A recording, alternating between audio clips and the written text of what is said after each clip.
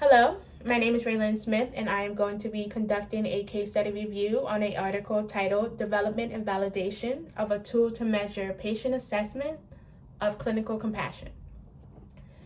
There are multiple authors to this article: Brian W. Robert, Michael B. Robert, J.D. Yayo, Joshua Borchardt, Anthony Mazzilleri, and Stephen Teresi. The source of this article is JAMA Network Open.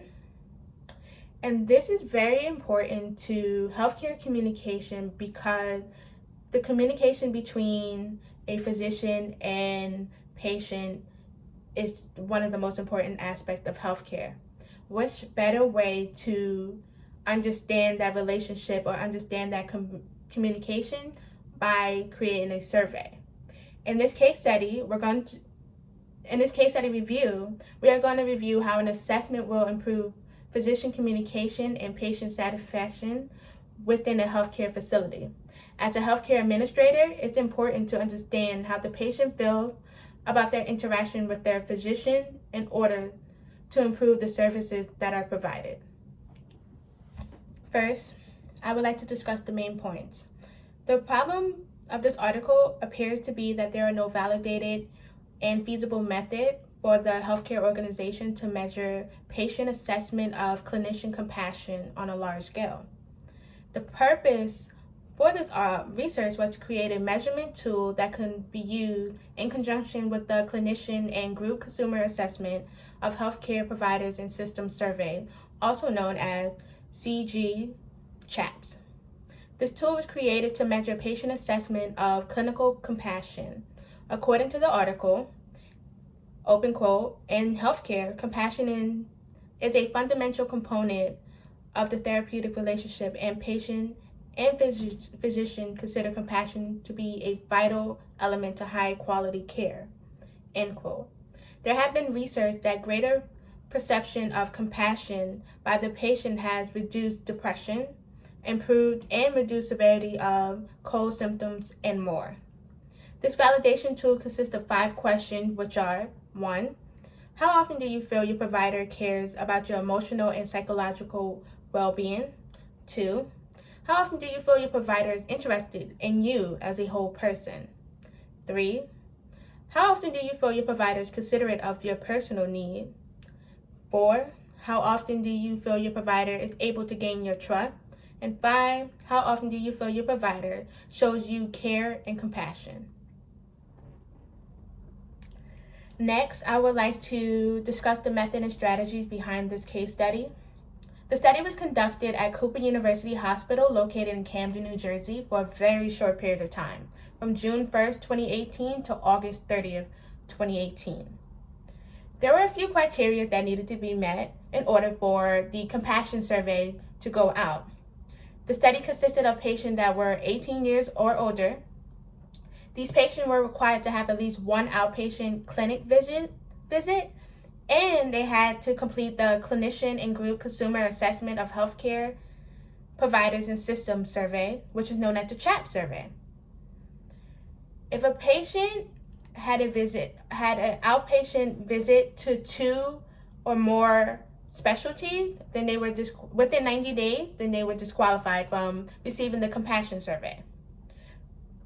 It is important for me to note that the CHAPS survey is a survey that measures the healthcare experience, such as physician communication skills and overall patient satisfaction.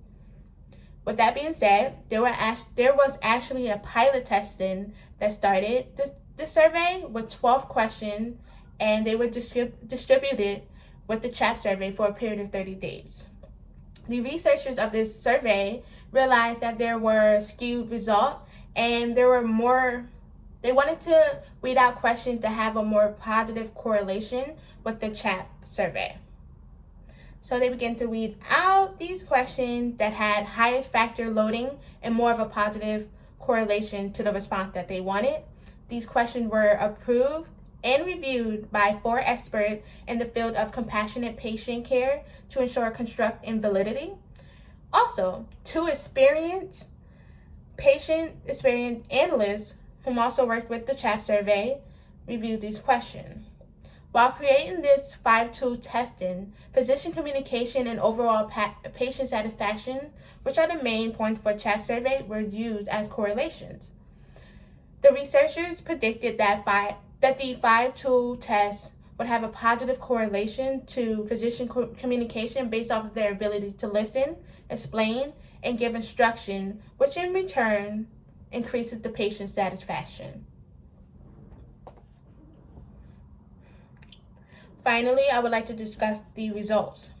During the pilot stage, which consists of 12 questions, 21,732 surveys were delivered, and there was a response of 3,325 surveys, which is roughly 15%.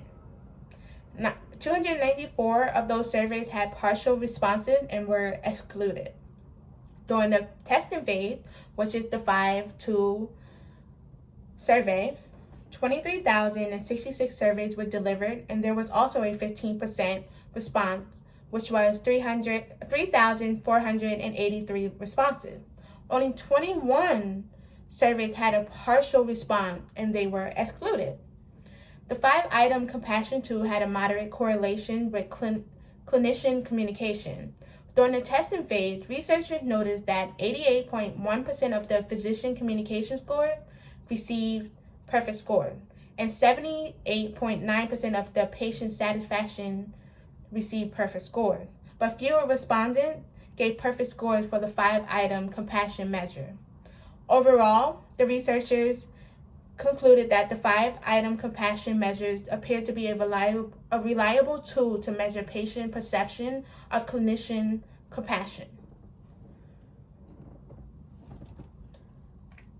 To critique this article, I thought this was a very interesting case study review.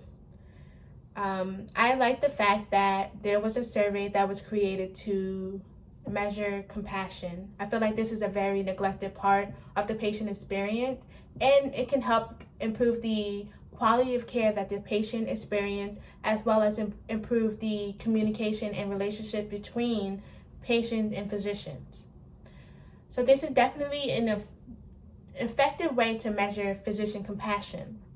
However, I do not feel like the researchers conveyed why this is a reliable tool to use in conjunction with the CHAP survey. There are some statistical aspects to the survey that displayed a positive correlation, but I believe that is the reason why the survey was created, why it went from 12 questions to 5 questions, so it can definitely have more of a relation to the survey. But there are more aspects of the survey that I would like to have seen. So how did this compassion survey have an effect on quality care? Do the physician notice the difference in the compassion that they're giving? Also, what effect did this survey have on the CHAP survey? Did the scores improve? There's so many points that I don't feel like, or so many aspects of research that I don't feel like was conveyed in the survey. There are some strengths of the survey. I think it's very important and very interesting.